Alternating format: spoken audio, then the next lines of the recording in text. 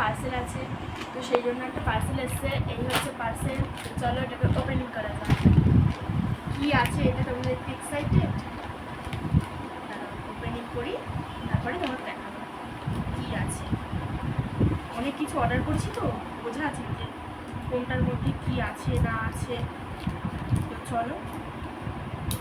Wow, এই দেখো কি এসছে। এটা কি বলো তো? দেখে বুঝতে পারছো? দেখে কি এটা? এটা হচ্ছে তোমার কিচেন টাওয়াল, হাত মুছে যেটা, সেগুলো কিচেন টাওয়াল। এই যে একটা, দুটা,